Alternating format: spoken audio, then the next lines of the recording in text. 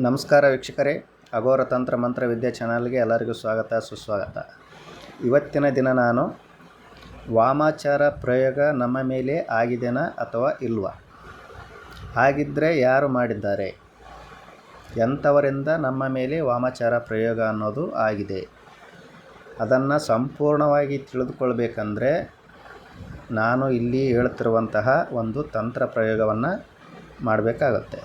ಈ ತಂತ್ರ ಪ್ರಯೋಗವನ್ನು ಮಾಡುವುದರಿಂದ ಯಾರು ನಮಗೆ ವಾಮಾಚಾರ ಪ್ರಯೋಗವನ್ನು ಮಾಡುತ್ತಿದ್ದಾರೆ, ಮಾಡಿದರೆ ಎಲ್ಲಿ ವಾಮಾಚಾರ ಪ್ರಯೋಗವನ್ನು ಮಾಡಿ ಎಲ್ಲಿ ಹಾಕಿದ್ದಾರೆ, ಎಲ್ಲಿ ಹಾಕಿದ್ದಾರೆ, ಎಲ್ಲಿ ಇಟ್ಟಿದ್ದಾರೆ, ನಮ್ಮ ಮನೆಯಲ್ಲಿನ ಅಥವಾ ನಮ್ಮ ಮನೆ ಮೇಲಿನ ಅಥವಾ ನಮ್ಮ ಮನೆ ಪಕ್ಕದಲ್ಲಿನ ಅಥವಾ ಸ್ಮಶಾನದಲ್ಲಿ ಇಟ್ಟಿದ್ದಾರಾ ಅಥವಾ ಹುತ್ತಲ್ಲಿ ಏನಾದರೂ ಹಾಕಿದ್ದಾರಾ, ಇಂತಹ ಎಲ್ಲ ವಿಷಯಗಳನ್ನು ನಿಮಗೆ ನೀವೇ ಸ್ವತಃ ತಿಳಿದುಕೊಳ್ಬೇಕು ಅಂದರೆ ಈ ತಂತ್ರ ಪ್ರಯೋಗವನ್ನು ಮಾಡಬೇಕು. ಈ ತಂತ್ರ ಪ್ರಯೋಗವನ್ನು ಮಾಡೋದರಿಂದ ನಿಮ್ಮ ಶತ್ರುವಿನ ಭಾವಚಿತ್ರ ಸಹಿತ ಯಾರು ನಿಮಗೆ ವಾಮಾಚಾರ ಪ್ರಯೋಗವನ್ನು ಮಾಡಿರ್ತಾರೆ ಅಂಥವರ ಭಾವಚಿತ್ರ ಸಹಿತವಾಗಿ ನಿಮ್ಮ ಸ್ವಪ್ನದಲ್ಲಿ ಗೋಚರ ಅನ್ನೋದು ಆಗುತ್ತೆ. ಅವರು ಎಲ್ಲಿ ಮಾಡಿ ಇಟ್ಟಿದ್ದಾರೆ, ಗೊಂಬೆ ಮಾಡಿ ಇಟ್ಟಿದ್ದಾರಾ ಅಥವಾ ಭಸ್ಮವನ್ನು ಏನಾದರೂ ನಿಮ್ಮ ಮನೆ ಮೇಲೆ ಎರಚಿದ್ದಾರಾ ಅಥವಾ ಯಾವುದಾದ್ರೂ ಕಪ್ಪನ್ನು ನಿಮ್ಮ ಮನೆಗೆ ಸವರಿದ್ದಾರಾ, ಇಂತಹ ಅನೇಕ ತಂತ್ರ ಪ್ರಯೋಗಗಳು ಬರುತ್ತೆ ವಾಮಾಚಾರದಲ್ಲಿ. ಅಥವಾ ಚೌಡಿ ಪ್ರಯೋಗ ಮಾಡಿದ್ದಾರಾ, ಭೂತ ಚೌಡಿ ಪ್ರಯೋಗ ಮಾಡಿದ್ದಾರಾ ಅಥವಾ ಯಾವುದಾದ್ರೂ ಒಂದು ಪೈಶಾಚಿಕ ಪ್ರಯೋಗಗಳನ್ನು ನಮ್ಮ ಮೇಲೆ ಮಾಡಿದ್ದಾರಾ ಅನ್ನೋದನ್ನು ಸಂಪೂರ್ಣವಾಗಿ ನಿಮ್ಮ ಮನೆ ದೇವತೆ ಯಾರಿರ್ತಾರೆ ಅಂಥವರು ನಿಮ್ಮ ಸ್ವಪ್ನದಲ್ಲಿ ಗೋಚರವಾಗಿ ನಿಮ್ಮ ಶತ್ರುವಿನ ಭಾವಚಿತ್ರ ಸಹಿತವಾಗಿ ಹೇಳ್ತಾರೆ. ಇದಕ್ಕೆ ಕೆಲವು ಮೂಲಿಕೆಗಳು ಬೇಕಾಗುತ್ತೆ. ಯಾವ್ಯಾವ ಮೂಲಿಕೆಗಳು ಬೇಕಾಗುತ್ತೆ ಅನ್ನೋದನ್ನು ನಾನು ಸಂಪೂರ್ಣವಾಗಿ ಈ ವಿಡಿಯೋದಲ್ಲಿ ಹೇಳ್ತೇನೆ. ಮೊದಲು ಬೇಕಾಗಿರುವಂತಹ ಮೂಲಿಕೆ ಯಾವುದು ಅಂದರೆ ಶ್ವೇತಾರ್ಕ ಅಂತ ನಾವು ಕರಿತೇವೆ. ಶ್ವೇತಾರ್ಕ ಅಂದರೆ ಬಿಳಿ ಎಕ್ಕ ಗಿಡದ ಬೇರು. ಅದನ್ನು ಯಾವ ನಕ್ಷತ್ರದಲ್ಲಿ ತರಬೇಕು, ಯಾವ ಥರ ತರಬೇಕು ಅಂದರೆ ಪುಷ್ಯ ನಕ್ಷತ್ರ ಇರುವಾಗ, ಪುಷ್ಯ ನಕ್ಷತ್ರ ಗುರುವಾರವಾಗಲಿ ಅಥವಾ ಭಾನುವಾರವಾಗಲಿ ಇರಬೇಕು. ಅಂತಹ ಟೈಮಲ್ಲಿ ಇಲ್ಲಿ ತೋರಿಸ್ತಿರುವಂತಹ ಶ್ವೇತಾರ್ಕದ ಬೇರನ್ನು ನಾವು ತರಬೇಕಾಗತ್ತೆ. ಇದು ಶ್ವೇತಾರ್ಕದ ಬೇರು ಅಂದರೆ ಬಿಳಿ ಎಕ್ಕದ ಬೇರು ಅಂತ ನಾವು ಕರಿತೇವೆ. ಇದು ಪೂರ್ವ ಅಭಿಮುಖವಾಗಿ ಇರಬೇಕು ಈ ಬೇರು. ಇದನ್ನು ನೀವು ಆಮಂತ್ರಣವನ್ನು ಕೊಟ್ಟು ಆ ದಿನ ಸಿದ್ಧಿ ದಿನದ ಅಲ್ಲಿ ನೀವು ತರಬೇಕು. ಖಾಲಿ ದಿನದಲ್ಲಿ ತಂದರೆ ಕೆಲಸ ಇದು ಮಾಡಲ್ಲ. ಆಮೇಲೆ ಬಂಡಾರಿ ಮರದ ಬೇರು, ಬಂಡಾರಿ ಗಿಡ ಅಂತ ನಾವು ಕರಿತೇವೆ, ನಿಮಗೆ ಸಾಮಾನ್ಯವಾಗಿ ಗೊತ್ತಿರ್ಬೋದು. ಈ ಬಂಡಾರಿ ಗಿಡದ ಬೇರನ್ನು ಪುಷ್ಯ ನಕ್ಷತ್ರ ಇರುವಾಗಲೇ ಉತ್ತರ ಅಭಿಮುಖವಾಗಿ ಹರಿದಿರಬೇಕು ಈ ಬೇರು, ಅದನ್ನು ತರಬೇಕು. ಆಮೇಲೆ ಕಾಡು ಕವಡೆಕಾಯಿಯ ಬೇರು ಪುಷ್ಯ ನಕ್ಷತ್ರ ಇರುವಾಗ, ಭಾನುವಾರ ಅಥವಾ ಗುರುವಾರ ಪುಷ್ಯ ನಕ್ಷತ್ರ ಇರುವಾಗಲೇ ಈ ಕಾಡು ಕವಡೆಕಾಯಿಯ ಬೇರನ್ನು ತರಬೇಕಾಗತ್ತೆ. ಸಾಮಾನ್ಯವಾಗಿ ನೀವು ಆ ಬಳ್ಳಿಯನ್ನು ನೋಡಿರ್ತೀರ, ನೋಡಿಲ್ಲ ಅಂದರೆ ಕಾಡು ಕವಡೆಕಾಯಿ ಅಂತ ನೀವು ಬಳ್ಳಿ ಅಂತ ಗೂಗಲಲ್ಲಿ ಸರ್ಚ್ ಮಾಡಿ ನೋಡಿ, ಸಿಗುತ್ತೆ. ಆಮೇಲೆ ಇದಕ್ಕೆ ಮುಖ್ಯವಾಗಿರುವಂಥದ್ದು ಇನ್ನೊಂದು ಮೂಲಿಕೆ ಇದೆ. ಅದು ಯಾವುದು ಅಂದರೆ ದಕ್ಷ ಬ್ರಹ್ಮನ ಬಳ್ಳಿಯ ಬೇರು. ನಿಮಗೆ ನಾನು ಇಲ್ಲಿ ತೋರಿಸ್ತಿದ್ದೇನೆ. ಇದು ದಕ್ಷ ಬ್ರಹ್ಮನ ಬಳ್ಳಿಯ ಬೇರು ಇದಾಗಿರುತ್ತೆ. ಇದು ತುಂಬಾ ಅದ್ಭುತವಾಗಿ ಕೆಲಸ ಮಾಡುವಂತಹ ಮೂಲಿಕೆ ಬಳ್ಳಿ ಇದು. ಆಮೇಲೆ ಪಚ್ಚ ಕರ್ಪೂರ. ಆಮೇಲೆ ಇದಕ್ಕೆ ಬೇಕಾಗಿರೋಂಥದ್ದು ಗುಲಗಂಜಿ, ಕೆಂಪು ಗುಲಗಂಜಿ ಅಂತ ನಾವು ಕರಿತೇವೆ.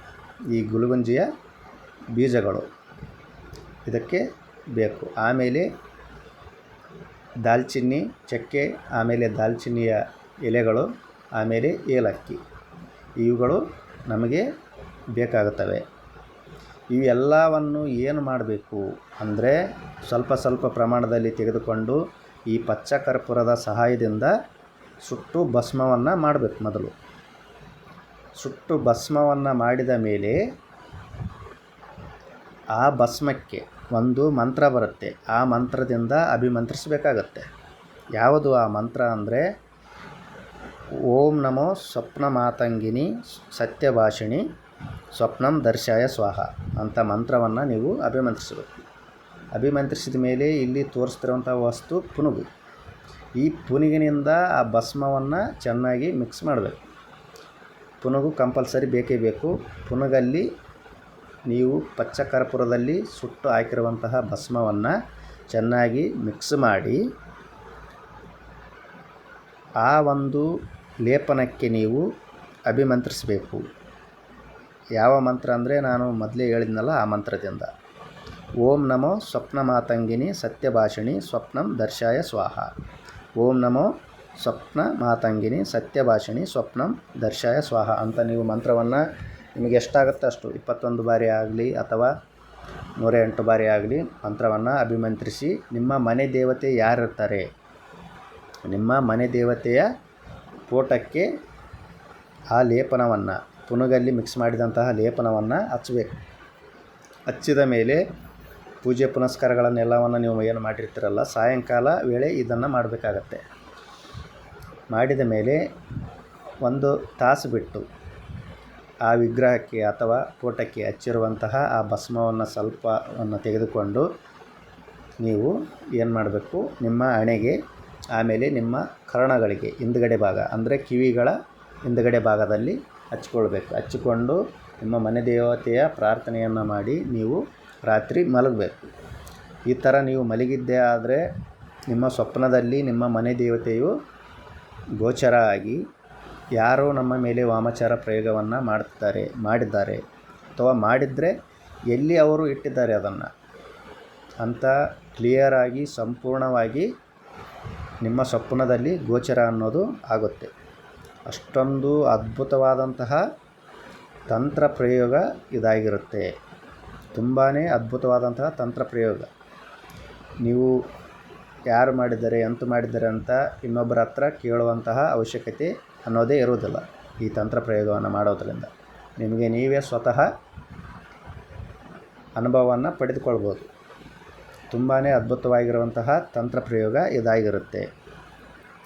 ಯಾರು ವಾಮಾಚಾರ ಪ್ರಯೋಗದಿಂದ ನರಳುತ್ತಿದ್ದೀರಾ, ಯಾರು ಶತ್ರುಗಳ ಕಾಟದಿಂದ ನರಳುತ್ತಿದ್ದೀರಾ ಅಂಥವರು ಈ ಎಲ್ಲ ವನಸ್ಪತಿಗಳನ್ನು ಮೂಲಿಕೆಗಳನ್ನು ನೀವು ಮೊದಲು ಶೇಖರಣೆಯನ್ನು ಮಾಡಿ ನಾನು ಹೇಳಿರುವಂತೆ ನೀವು ತಂತ್ರ ಪ್ರಯೋಗವನ್ನು ಮಾಡಿದ್ದೇ ಆದರೆ ಎಲ್ಲ ವಿಚಾರಗಳು ನಿಮಗೆ ಗೊತ್ತು ಆಗುತ್ತೆ. ಯಾಕಂದರೆ ಈ ವನಸ್ಪತಿಗಳ ಅನ್ನೋದು ಮೇನಾಗಿ ಬೇಕೇ ಬೇಕು. ಇವುಗಳನ್ನು ನೀವು ಸಿದ್ಧಿ ದಿನದಲ್ಲಿ ತರಲೇಬೇಕಾಗತ್ತೆ. ಪುಷ್ಯ ನಕ್ಷತ್ರ ಇರುವಾಗ ತಂದು ನೀವು ಮಾಡಿದ್ದೇ ಆದರೆ ಈ ಪ್ರಯೋಗವನ್ನು ಸಂಪೂರ್ಣವಾಗಿ ಯಶಸ್ಸು ಅನ್ನೋದು ನೀವು ಕಾಣ್ತೀರ. ಇಂತಹ ತಂತ್ರ ಪ್ರಯೋಗಗಳನ್ನು ರಹಸ್ಯ ವಿದ್ಯೆಗಳನ್ನು ತಿಳಿದುಕೊಳ್ಬೇಕಂದ್ರೆ ನೀವು ನಮ್ಮ ಚಾನಲನ್ನು ಸಬ್ಸ್ಕ್ರೈಬ್ ಮಾಡಿ, ಲೈಕ್ ಮಾಡಿ ಹಾಗೂ ಶೇರ್ ಮಾಡಿ. ಎಲ್ಲರಿಗೂ ಒಳ್ಳೆಯದಾಗಲಿ. ಧನ್ಯವಾದಗಳು. ಜೈ ಕಾಲಭೈರವಾಯ ನಮಃ.